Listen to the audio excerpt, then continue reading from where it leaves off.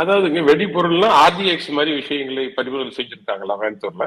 அப்ப அது என்ன தீபாவளிக்கு வாங்கின வெடியா சார்? அமோனியம் நைட்ரேட் விவசாயி தோட்டத்துல எங்கேயாச்சும் வச்சிருந்து நீங்க பாத்துருக்கீங்களா? பார்த்ததே கிடையாது. அதனால நீங்க என்னமோ அவங்க வந்து ஒரு ஆர்டிஎக்ஸ் போல அவங்க வந்து அப்ப நீங்க என்ன சொல்ல வரீங்க? முபின் வந்து இதெல்லாம் விவசாயத்துக்காக வாங்கினான்னு சொல்ல வரீங்களா? மார்ச் மாசத்துல 750 கிலோ அமோனியம் நைட்ரேட் வாங்குறாங்க. அதோட சல்பரை கலந்தீங்கன்னா, சார்கோல் கலந்தீங்கன்னா அது வெடிப்பொருள். காவல்துறை நண்பர்கள் நல்லா கேட்டுக்குங்க. முபினுடைய இரண்டாவது டார்கெட் உங்களுடைய போலீஸ் கமிஷனர் ஆபீஸ். 7 அட்டாக் எழுதி வைக்கிறான் பேப்பர்ல. 7 அட்டாக் பண்ணணும்.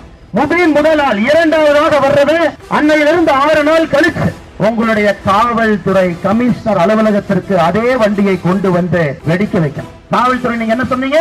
இது வந்து சிலிண்டர் வெடிச்சிருச்சு. முதலமைச்சர் சொல்றது அப்படியே கிளிப்புள்ளை மாதிரி.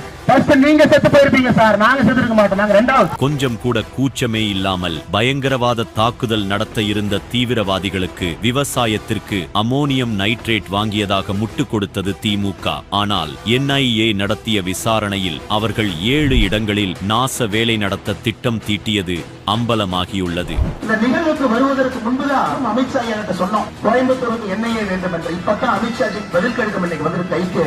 கோயம்புத்தூருக்கு NIA கொண்டு வருவதற்கு மத்திய அரசு பரிசீலனை செய்யும் என்று பதில் கடிதத்தை போட்டிருக்காங்க. என்ன வரட்டுங்க பார்க்கலாம்.